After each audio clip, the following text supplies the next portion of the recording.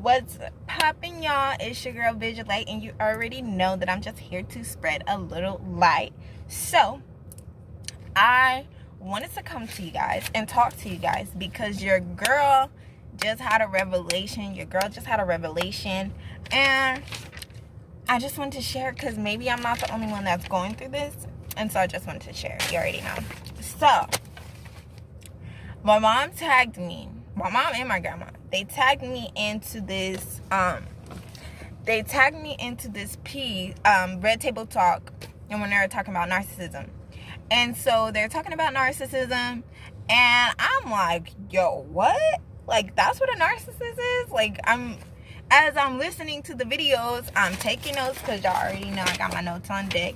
So I'm taking notes, and I'm like, wow, all of these different scenarios are playing in my head, in my mind, playing back all of these different scenarios that I didn't know was narcissistic, right?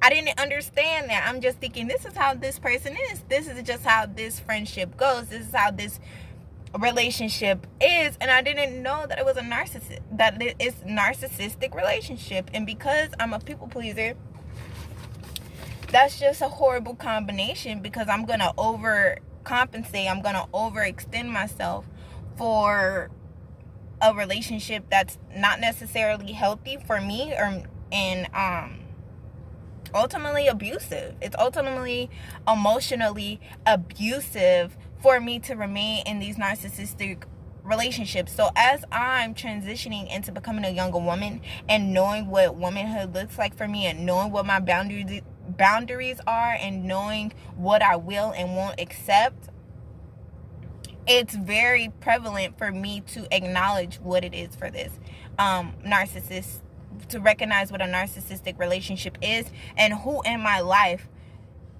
relationships in my life were a result of that. So for starters, this is the book that I'm reading, and it's called Anxious to Please: 7 Revolutionary Practices for the Chronically Nice.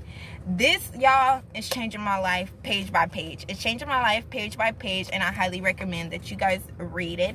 If not, just stay tuned for my review, because I will be giving a review on it. So just stay tuned for that. But let me get into what a narcissist is. So they claim that a narcissist is someone who's constantly seeking validation and deeply insecure, and they cover up that insecurity with how great they are. And they also invalidate you. When I tell you the relationships that I've encountered with people that are like this, let's focus on the fact that they invalidate you. Some of the ways that they invalidate you is by saying that you're too emotional, you're too sensitive, you're too this, you're too that. How are you going to tell me what I'm too? How come you're not too dismissive? How come you're not too disrespectful? You get what I'm saying? I'm just too sensitive. Okay, it's not a two-way street here. No, it's just me, not you. Okay, bet. Narcissist.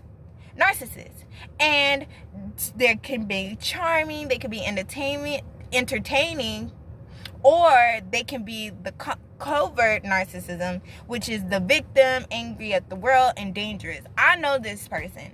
And I say this person because I specifically know someone who always play victim, mad at the world, wants everybody to validate their insecurities, project their insecurities on other people, get upset, throw temper tantrums when they not liked, and all these other things. I personally know somebody like that. So that was just confirmation by me sticking to my guns and not budging on overcompensating for this individual's insecurities. It lets me know, like, yeah, I'm not gonna get sucked up in your trap. Try again, you got the wrong one. So yeah, that let me know that. But this other narcissist, okay, these other narcissists, man, I'm realizing that it's family members, it's all type of people that I had narcissist relationships with, and this is just crazy. So I really want you guys to pay attention to these behaviors. When someone does really grand gestures and they're controlling, and they say things like, no one's gonna love you like me. Y'all, what? How is somebody gonna say that? How you know how somebody else's capacity of loving you? It's just crazy. You guys got to pay attention. And ultimately, a narcissistic person comes from someone who was neglected emotionally or mentally as a child, and so they develop these coping mechanisms where they project that onto their prey, which is their loved ones. And just stay focused, have those boundaries, stay focused, and recognize them. But I want to leave you guys with this.